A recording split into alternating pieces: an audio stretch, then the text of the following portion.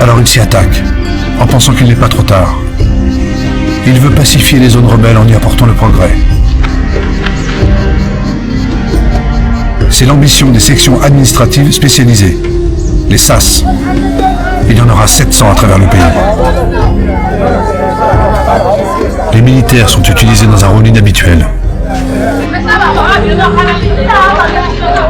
Le parachutiste en treillis se mêle à la population et devient instituteur.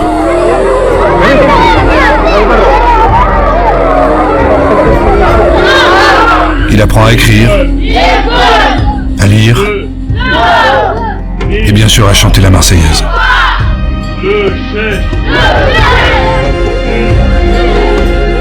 Dans certains villages, on voit pour la première fois un médecin. Là aussi, c'est un militaire. On l'appelle le Toubib. C'est une autre forme de guerre qui débute, celle de la conquête des cœurs. L'objectif, gagner l'affection du peuple, le détourner du FLN. Cette population qui n'a pas encore pris parti en majorité pour l'indépendance est devenue un véritable enjeu. Ce principe de contre-guérilla, et les militaires français en ont appris les règles en Indochine. Leur stratégie, la générosité.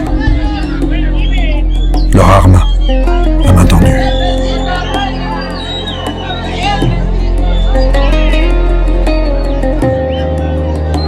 Mais cette action humanitaire n'est pas sans arrière-pensée.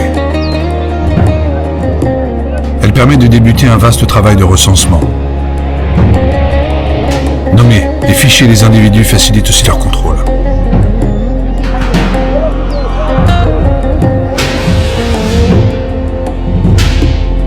Dans ces villages, les militaires vont armer des bénévoles. Ce sont les groupes d'autodéfense. Chaque volontaire reçoit un fusil. Un simple fusil de chasse.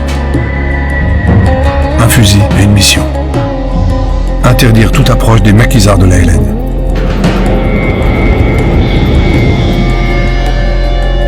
C'est son village, sa famille ou son clan que chacun veut défendre.